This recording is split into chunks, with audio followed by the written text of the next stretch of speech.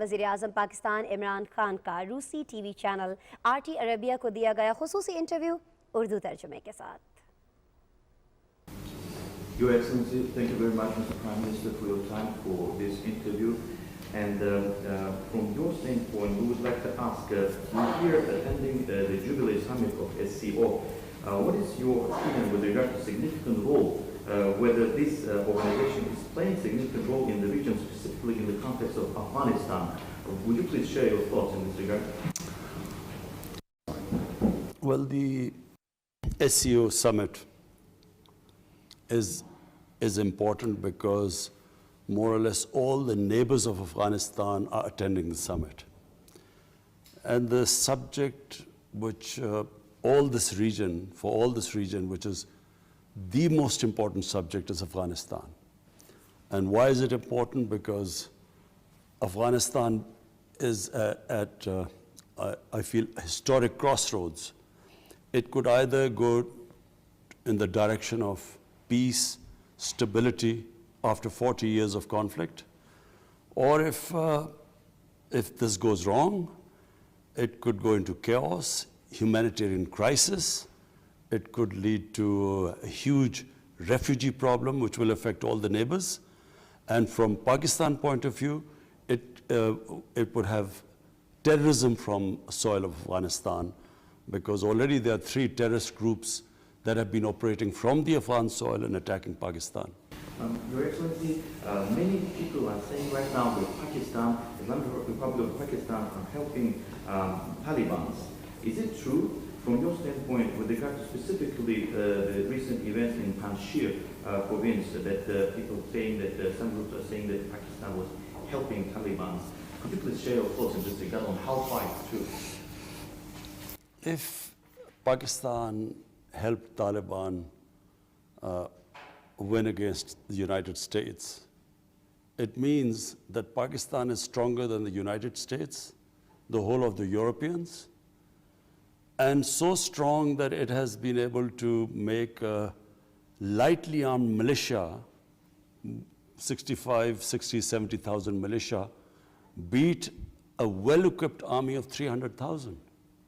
So it is, unfortunately, it is a propaganda which has been unleashed, number one, by the Afghan government to cover up its incompetence, its corruption, its inability to give proper governance to Afghanistan, it being perceived as a puppet government, not being respected by the people of Afghanistan. And secondly, it's India, which invested heavily in this Ghani Afghan government. And so this propaganda comes from there, but it has no logic. It is not possible. Pakistan total budget, the total budget for 220 million people is $50 billion. How could it have in any way supported insurgency in Afghanistan, which overwhelmed the United States, which spent over $2 trillion in Afghanistan in 20 years? So it is just not logical, it is propaganda. And how come the 300,000 Afghan army did not fight? Did Pakistan ask them not to fight? So if you want to know the reasons why the Taliban won and the Americans finally lost after 20 years, all you have to do is do a detailed analysis of why one of the most bravest nations in the world, the Afghan nation, why did the army give up without a fight? Your Excellency, you said that you won't recognize the new government in Afghanistan until the international community will not recognize them. Would you please say, are you planning to recognize this new government at all? Pakistan is part of an international community. The recognition of Afghanistan is going to be very significant, the Taliban government. And what we are doing is that we are working with all the neighbors of Afghanistan. We are developing a policy, what should the Taliban government do for all of us to recognize them. And clearly, the thing that comes out most significantly is that the Taliban government must have an inclusive government, because Afghanistan is a country of diversity. The Pashtun element, Taliban are basically a Pashtun movement, is roughly half the population. Then there are Tajiks, who are a significant minority, and then there are Uzbeks, and then there are Hazara. So from for the interest of Afghanistan, for the long-term stability of Afghanistan, all of us feel that it must be an inclusive government, which unites Afghanistan. So really, that's where we stand today. We will discuss with all the neighbors of Afghanistan and come up with a policy. As we all witnessed the Taliban recently, we saw the announcement of the new government by Taliban, and they still didn't consider all minorities' interests and to make and represent this government as well. What do you think, considering that Talibs right now, they're considering themselves as the winners, they're victorious, and will they recognize other minorities as well in the future? Look, the Taliban have been through one of the most, what should I say, the most epic struggles anyone could have gone through, because after 20 years, they have really survived one of the greatest military machines in the history of mankind. And they have taken heavy casualties in this. So I assume what is going on right now is that there is a feeling amongst those who have struggled in these 20 years, who've given a lot of sacrifices. They would want to have the lion's share, the main share of the government. And yet, I think within the Taliban, there are people who feel that unless they get all other minorities, other sects, groups, everyone until they get them under the umbrella, they feel that the government will remain unstable. So I think that is going on within the Taliban movement right now. But from the point of view of Afghanistan, as a well-wisher of Afghanistan, I feel that the only way there will be stability, long-term peace, if it's an inclusive government. What do you think, sir, regarding the Taliban? Can they change their ideology indeed, in reality, after 20 years when they fought for this ideology? Can they be acceptable in the eyes of the world community? Can they change something in ideology? The Taliban fought like before them in the 19th century. The Afghans fought the British. They all, against British, it was jihad. They were fighting for freedom of the country in the name of, they used to call it a holy war. All along Pakistan's border with Afghanistan, which is called the tribal area, where there are Pashtun tribes living, they, throughout 80-year interaction against the British, they fought against the British throughout the 80 years. Some part of the tribal area was up in arms against the British, and they fought under the name of jihad, because fighting against a foreign invasion is jihad. Then against the Soviets it was jihad. And it's exactly what the Taliban did this time, it's jihad. Question is now, once they come into government, what sort of government will they have? How much will they adapt? Are they still the Taliban of 20 years, or is this a different Taliban? Have they learned something? So far from the announcements that they have made, I feel that they have learned a lot in these 20 years, they have changed. But what will happen, I'm afraid I'm not in a position to say what is going to happen. Mr. Prime Minister, did the United States of America indeed, they want the Taliban, that they won't recognize them? Did they want them indeed? What do you think? I don't know. I have no idea. What kind of relationships right now you have with the current administration of the United States, specifically with the new President Joe Biden? Well, my government has a relationship with them. Our security chiefs keep exchanging views about the situation in Afghanistan. Our foreign minister has met their foreign secretary. So So there is talk between the two countries.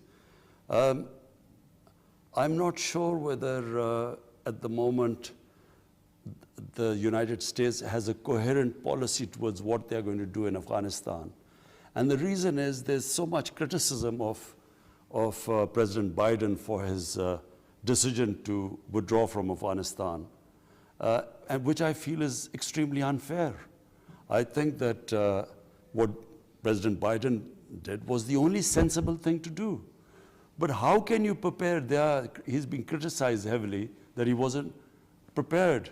But how do you prepare if 2 weeks before the date of departure, whether that date was given now, in years' time, or 6 years' time, or 5 years' time, if the Afghan government, if the president flees the country and the army collapses 2 weeks before the departure, how can you prepare for that? So there is a lot of unfair criticism, I'm afraid, of Joe Biden. And because of that, I think and then the inquisition of their foreign secretary in front of Senate. So I don't think they have still formulated a rational policy because of the sheer amount of criticism, unfair criticism which they are facing. But I think sooner or later, the US has to decide that unless Afghanistan stabilizes and unless this huge humanitarian crisis is averted by helping this government, or forget the government, the people of Afghanistan. Unless the people of Afghanistan are helped and stabilized, the situation stabilizes, if this descends into a huge humanitarian crisis, which it will go if the international community does not help, then the consequences would be far-reaching in terms of refugees. There'll be a huge refugee problem, which Pakistan probably will face more, Iran, two countries which have taken the most number of Afghan refugees. We still have almost 3 million Afghan refugees. But it will also have on terrorism, that if there is instability in Afghanistan, then how will the government be able to stop terrorism from Afghan soil? And there again, Pakistan is worried because there are already 3 different groups that have been operated from Afghan soil hitting Pakistan. But the thing that happened in Kabul International Airport is the clear evidence that there's still a terrorism in place. Because those terrorist groups like Al-Qaeda, ISIS, and others might even get stronger in this situation. And from your standpoint, whether it is a crucial time to unify efforts, not only Pakistan, but international community, to consider these threats, because there might be some harmful consequences. There is no doubt that if there is instability, chaos, a weak government in Afghanistan which cannot control the terrorists, because a weak government will not be able to control the space for terrorists in Afghanistan. So if that happens, then the country that is going to be most at risk will be Pakistan. As I said, there are 3 different terrorist groups that have been attacking Pakistan. One is the Tehrik-e-Taliban Pakistan, because when Pakistan took action against these Pakistani Taliban who were attacking the state of Pakistan, they were pushed into Afghanistan. So one is that group. Second is ISIS. ISIS has done a number of attacks inside Pakistan territory. And that ISIS is the one which did that attack on the Kabul airport. But also we have Baloch terrorists. These terrorists have been using Afghan soil to do attacks in Balochistan. And therefore, yes, it is that's why Pakistan is talking to all the neighbors of Afghanistan. We want a consensus built how we can support this current government and stabilize the situation, how we should avert this humanitarian crisis. But I think the US has a big part to play, because US was there for 20 years. And it also bears responsibility. If there's chaos in Afghanistan, if there's terrorism from the soil of Afghanistan, then we must remember that 20 years ago, The only reason the US invaded Afghanistan was because of terrorism. Al-Qaeda, which had hit the US. So if that was the reason for coming over, then 20 years later, over $2 trillion spent, 2,400 Americans dead, but hundreds of thousands of Afghans dead, 80,000 Pakistanis died in this. So what would be the achievement if, after all this time, again Afghan soil is being used for terrorism? So therefore, I think the whole world community has to take cognizance, and this is a historic moment where they should not let Afghanistan drift towards chaos and go into another crisis. Well, of course, we all know that Pakistan has suffered more than anybody else, any other countries, because of the situation in Afghanistan that was for many years, because Pakistan had the longest border with this country. And recently it was mentioned by your country that Pakistan is unable to receive more refugees from this country because the flood is too much. And if this trend will keep going, keep increasing, what do you think? Whether it's time for the international community to think about some necessary measures to be taken in order to somehow facilitate this process? Well, firstly, I was listening to the Senate hearing where Secretary Blinken was there and answering these questions to the senators. And I must say, as a Pakistani, I felt deeply hurt by some of the remarks made by those senators.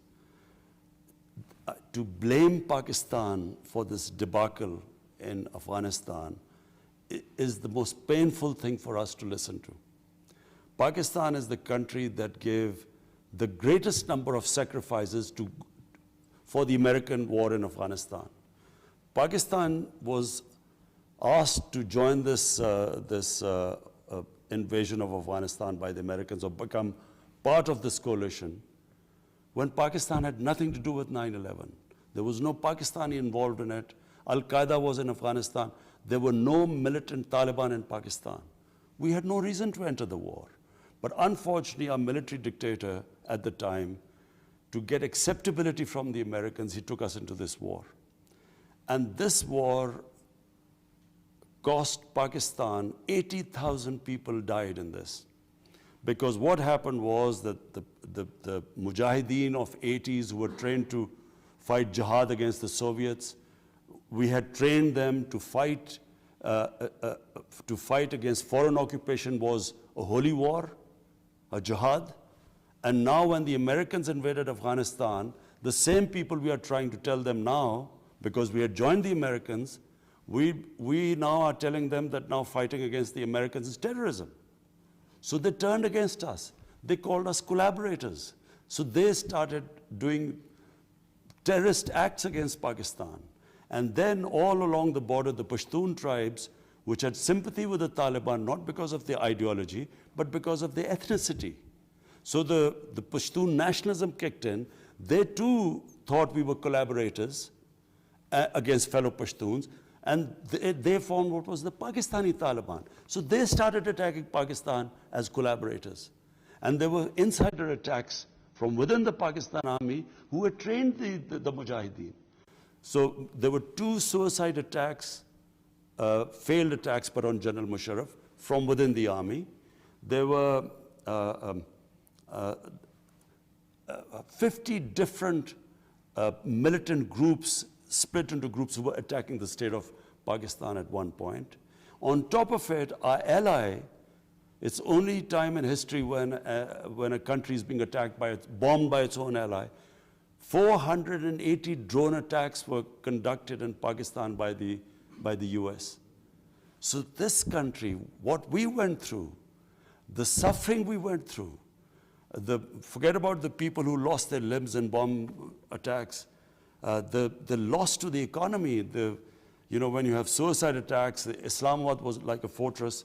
So the country lost over $150 billion. And after all this sacrifice, rather than a word of appreciation, because they appreciate other people, they're saying, we are worried about the Afghans who helped the coalition and who, they are trying to look after getting them to the US. But what about Pakistan? A country loses 80,000 people. Were we children of a lesser God? Didn't it matter to them? And then being made scapegoats for their failure in Afghanistan, I think was the most painful thing. Sir, I would like to ask you with regard to the Pakistani position in terms of Taliban. Do you think it is needed to talk to them and also to recognize this new government?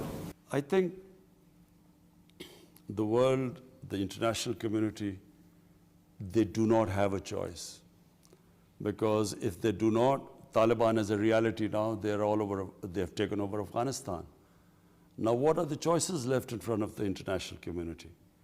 I think the only one choice left is that they should incentivize them, they should encourage them to stick to the promises or announcements they have made about inclusive government, about human rights, have given amnesty to everyone. I think the world should encourage them to walk this path. And if that happens, and hopefully, if it works, you could have peace in Afghanistan after 40 years. But what if the world community decides to put sanctions on them, or what happens? It's the people of Afghanistan that are going to suffer. A country which relied until this Taliban have taken over. Until then, the Afghan government, 75% of their budget was foreign aid. If the foreign aid disappears, the country will collapse. And if it collapses, as I said, it's, apart from the humanitarian crisis, this will have implications not only for all the neighbors of Afghanistan, but I think in terms of international terrorism, it will have effect everywhere. So therefore, the only one way to go is to incentivize the Taliban to stick to what they promised of inclusive government and hope that they take that path. Your Excellency, the Prime Minister, right now we know that Pakistan and India are members, both countries are members of SCO. How could you comment with regard to relations between two countries, two neighbors, considering this current situation and developments that we see in the region? What do you think, how could you comment whether the peace, mutual understanding will come between these two countries, your countries? Well, Pakistan has made every effort to have peace with India. And I can tell you, because I know India very well, I have had great friendships in India. I've had a lot of love and respect because I used to play cricket, and cricket is one of the, a sport that goes right to the grassroots. It's the most loved sport there. So I tried my best to have, improve our relationship with India. But unfortunately, India is ruled by an ideology which is called the RSS ideology. That RSS ideology was inspired by the Nazis in the 1920s and 30s. And it's a racist ideology, which actually believes that the Hindu is superior to all the other minorities. And therefore, it is a strongly anti-Pakistan, quite an aggressive ideology, which believes in subordinating not just the minorities in India, but also the neighbors around them. And so I found it very difficult to take our relationship forward. And then on 5th August in 2019, they unilaterally took away the state of Kashmir. And Kashmir is a disputed territory between Pakistan and India. And this has been recognized by the world community through United Nations Security Council resolutions. So once they did that, then that's when all our communication stopped. Because there's no way we can have normal relationship when what they're doing in Kashmir is violating every human right. The world community worries about Taliban's human rights violations. But what about the violations that are going on in Kashmir, where there are some 800,000 Indian troops basically keeping 8 million people, Kashmiri people, in an open prison. And every right of theirs is violated. They talk about women's rights in Afghanistan, but there are about, what, 30, 40,000 Kashmiri women that have been raped by the security forces, and all sorts of human rights abuses. It's been, this has been well documented by the Human Rights Commissioner of the United Nations. So, unfortunately, until they go back to what taking the statehood of Kashmir on 5th August 2019, until they go back, unfortunately, we cannot resume a normal relationship with them. Mr. Prime Minister, what do you think if Pakistan decides to stop testing of ballistic missiles? Do you think it will somehow help to improve relationships between your countries? Pakistan is almost 7 times smaller than India. And, you know, we always heard the argument that the reason why Israel must have missiles and nuclear weapons because Israel is tiny and they are surrounded by hostile neighbors. So what about Pakistan? We had 3 wars with India till 1971. And ever since we've had the nuclear deterrence, actually there has been no war between us. So really for a small country which has a hostile neighbor 7 times the size, actually it is your only protection. But I wish that we would resolve our difference with India, which is Kashmir. And if that is resolved, I would actually, go for a nuclear-free zone. In fact, I would go for a nuclear-free world. So recently you had a discussion with Mr. Putin, President of Russia, with regard to the Afghanistan situation. How would you assess, how would you evaluate the current stage of relationships between Pakistan, Islamic Republic of Pakistan and Russian Federation, not only in the government but also at the level of the countries? I think our relationship is improving. I have, you know, the few times I've met, a couple of times I've met President Putin. We have a very good relationship and understanding. I've spoken to him twice on the phone now. And we want to improve our relationship between Pakistan and Russia. Our concern is the situation in Afghanistan. In fact, all the countries around Afghanistan, at the moment, the main concern is that Afghanistan should not descend into chaos. So we all agree on that, and we all agree that there should be an inclusive government in Afghanistan which would bring stability there. Because our main concern is that instability in Afghanistan would have repercussions all around. All the neighbors will sooner or later be affected by that. So I was looking forward to meeting President Putin here, but because of his isolation due to COVID-19, he couldn't come. But I am meeting the foreign minister of Russia. Sir, and the last question with regard to relationships of Pakistan with Arab world. We all know that Pakistan was acting as an intermediate during the conflict between Iran and Saudi Arabia recently. And in terms of closing the position of Arab world with others, what do you think, what's your assessment about the role of Pakistan? Whether you're still going to play that role of the moderator in this regard? Iran is a neighbor, and so therefore you have to live with your neighbor. And the more civilized you are with your neighbor, the better it is in terms of trade and for